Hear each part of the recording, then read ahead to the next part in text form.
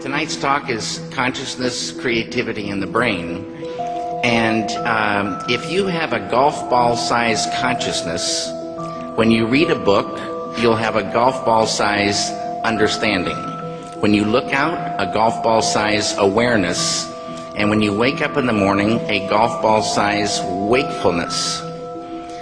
But if you could expand that consciousness, then you read the book, more understanding. You look out, more awareness. And when you wake up, more wakefulness. It's consciousness. And there's an ocean of pure, vibrant consciousness inside each one of us. And it's right at the source and base of mind, right at the source of thought, and it's also at the source of all matter. There is no matter as such. All matter originates and exists only by virtue of a force which brings the particle of an atom to vibration and holds this most minute solar system of the atom together. We must assume behind this force the existence of a conscious and intelligent mind. This mind is the matrix of all matter. Matter seems like a good place to begin. The solidity of the world seems totally indisputable. As a fixed thing that you can see and touch, your body is also reassuringly solid. But beginning with Einstein, modern physics has assured us that this solidity is a mirage. All of physical matter, everything we have around us, is the result of a frequency. And what that also means is that if you amplify the frequency, the structure of the matter will change. What this self-contained system is a hologram. It's what I call the super hologram. Everything within it is an expression of that hologram. This is one of the great characteristics of a hologram, is that every part of a holographic picture is a smaller version of the whole. It's as if reality is so connected that when you look at one small part, you can see things about other parts. That the entire whole is contained in the part. And in a sense, you can't divide reality up because we're cutting up a hologram. We can't find where one particle is because it's always a reflection of all particles. In a hologram, the whole pattern is whole and complete unto itself. And if you were to take any little portion of this whole out and examine it closely, you will see the entire pattern repeating itself again and again and again. Anywhere in this pattern, if we were to change one little aspect on any one of these little holograms, that change would be reflected throughout the entire system. Quantum physics has revealed what ancient masters knew. Matter does not exist. The concept of substance arose from the philosophy of Aristotle, and from that concept came science's conception of matter. The fact of the matter is that the substance of the universe is consciousness. Belief that the substance of the universe is matter leads to what I call a fear-greed dichotomy, as people in their quiet desperation attempt to accumulate as many material possessions and riches as possible. In fact, the substance of the universe is consciousness. Therefore, it is behavior that is important. If you get into the realms of fear, fear is a very slow, dense vibrational state. And the more you embody fear, and the whole of this manipulated society is globally is structured to make us fear, to make us have stress, to make us worry about tomorrow, and have guilt about yesterday, and forget about now. It brings us into a slow vibrating dense state. We should be very careful about what we believe about the future. The more you attach to a belief system, the more, if reality is holographic, you're helping create it by believing it.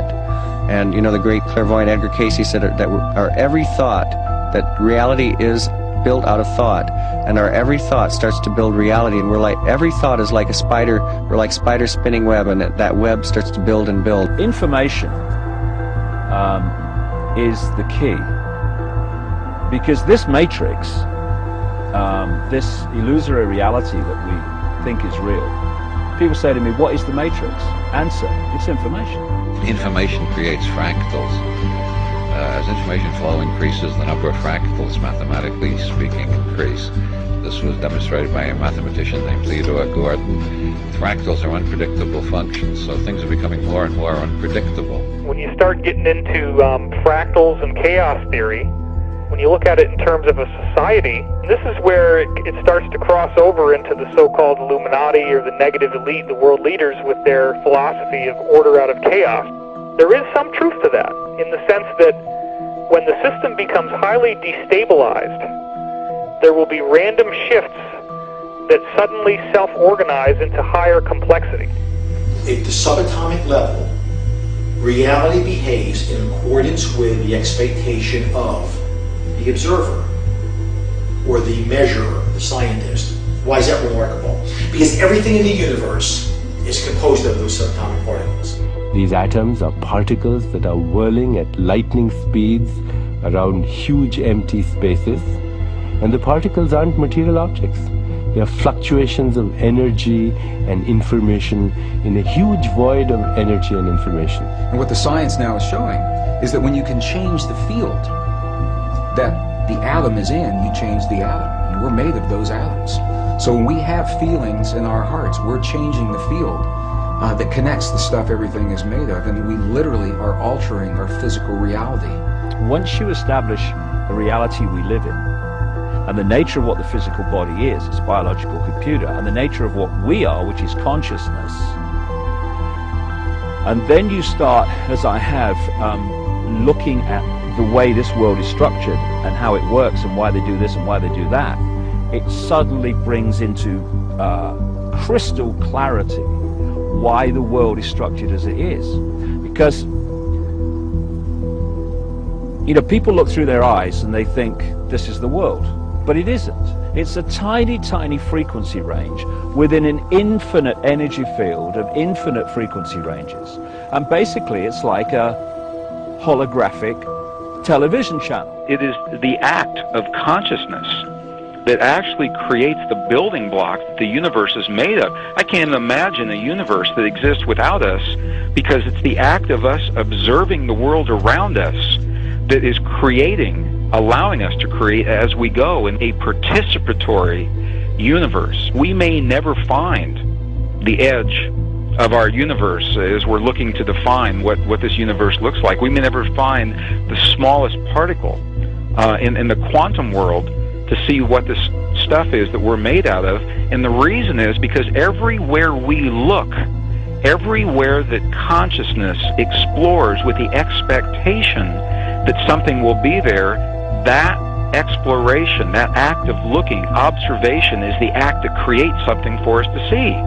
That we are actually building this universe as we go. Consciousness is the programming language of the universe. We are consciousness conductors. That's what we do. That's who we are. Consciousness comes through us. It emanates from us. We are the creators. We are the ones who are targeted on this planet because we are the ones who transmit the reality just like everybody else does. If you switch your brain off and you are sucked into the mainstream media illusion, we must understand that we are being used because we create reality. So if we are manipulated in a certain way, and if we are modulated in a certain way, then our creation becomes not ours but somebody else's. And what happens if we all do it? Everyone in this room decides to take control of reality. I'm talking about reality, I'm talking about quantum physics, I'm talking about taking control of things from the quantum level up, from the molecular level up, and it works. One of the things we're actually dealing with is as I say, some kind of operating system that can be hacked using words. The world is like a ride at an amusement park, and when you choose to go on it, you think it's real, because that's how powerful our minds are. And the ride goes up and down and round and round. It has thrills and chills, and it's very brightly colored, and it's very loud, and it's fun for a while. Some people have been on the ride for for a long time, and they begin to question, is this real or is this just a ride? And other people have remembered, and they come back to us and they say, hey, don't worry, don't be afraid, ever, because